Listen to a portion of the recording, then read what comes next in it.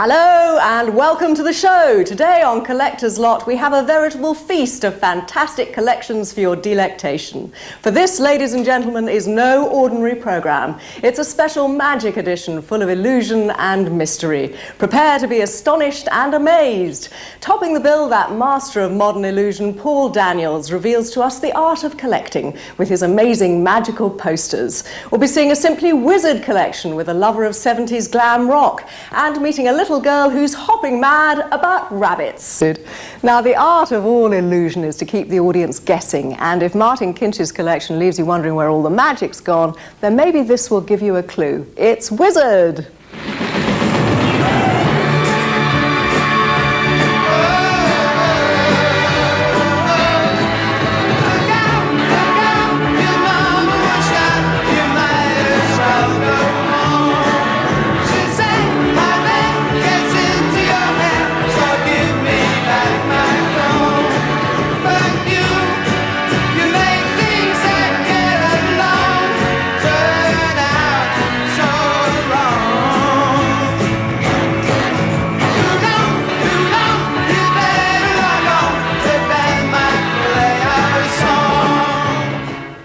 Roy Wood and Wizard on top of the pops. What was it about the look of them back then that really captured your imagination? It must have been the shock aspect, I think, because Wizard were on top of the pops nearly every week back in the early 70s, and whenever they appeared on the programme you could hear all the mums and dads up the street, going, oh my God, what is that, Now, I know you're a great radio fan. Of course, Roy Wood, when he was with The Move, was responsible for making a bit of radio history, wasn't he? He certainly was. He wrote the first record ever to be played on Radio 1.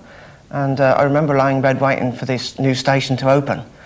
And Tony Blackburn came on and introduced the first record. And I remember thinking, never mind Radio 1, I want more of this band. And, you wanted to hear more of Flowers in the Rain. Yeah, that was the one, wasn't it? Yeah, and there's a copy of it there. While we're on the subject of pop trivia, Roy Wood has a number of claims to fame, doesn't he, when it comes to chart successes? He certainly does. I mean, he carried on with The Move until 1972, when he then formed ELO. He was only with them for a few months, and he then formed Wizard.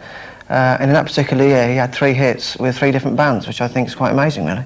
You've met him on a number of different occasions. You actually bowled up at his house once, didn't you? That was the first time. I wouldn't have the nerve to do it now, but I remember going back in about 1978, 79, knocking on his door with a few friends, and it worked out well. We got invited in, had a cup of tea, went into his recording studio, and I did an interview with him for the radio station where I work at Stoke Mandeville.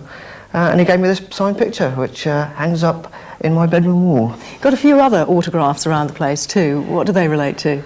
Well, yeah, I've got to know all the members of all the bands that Roy's been in. I'm quite proud of these postcards down here of The Move. Lots of autographs there. And these record sleeves here, signed? Yeah, these are test pressings, which are quite unusual. That's the very first Wizard single called Ballpark Incident.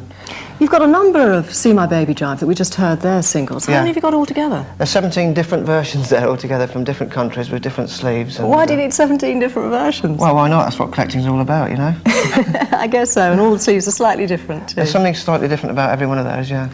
He is such an all-round talent, isn't he? I mean, he's quite a good artist as well, because he's done his own record sleeves on occasion. He does, yeah. He's released solo albums, and there's a couple there, that's Mustard and Boulders there. And not only did he play all the instruments and write all the songs, but he also designed his own album sleeves as well.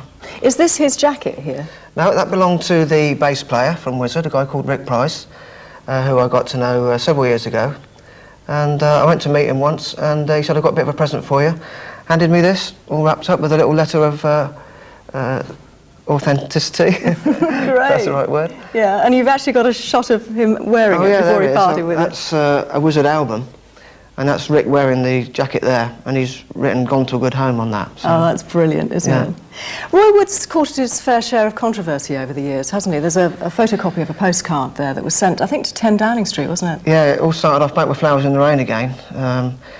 Being the first record to be played on Radio 1 gave it enough publicity as it was, but soon after that, the management sent a copy of this postcard to 10 Downing Street.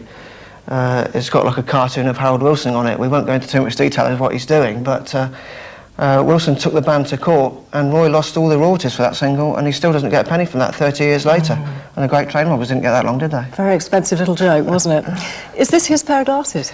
They are Roy's glasses, yes. I appeared with him on Don't Forget Your Toothbrush with Chris Evans, and it was the Superfan quiz, where the fan and the artist had to answer questions on the artist's career. And I won the quiz, and Roy had to give me a pair of his glasses. So Very good. they are. This looks like a backstage pass. Have you got these through your friendship with Roy Wood? Yeah, and the management, yeah. And so I don't have to pay to get into the gigs now, which is quite nice. And we go to the parties afterwards. Even went for a curry with Roy last year after one of the gigs, you know. Well, he must see it as a great compliment that you've got this whole collection dedicated just to him. It's brilliant. Martin, thanks ever so much for bringing it all in to show us. That's a pleasure, thank you. Thanks.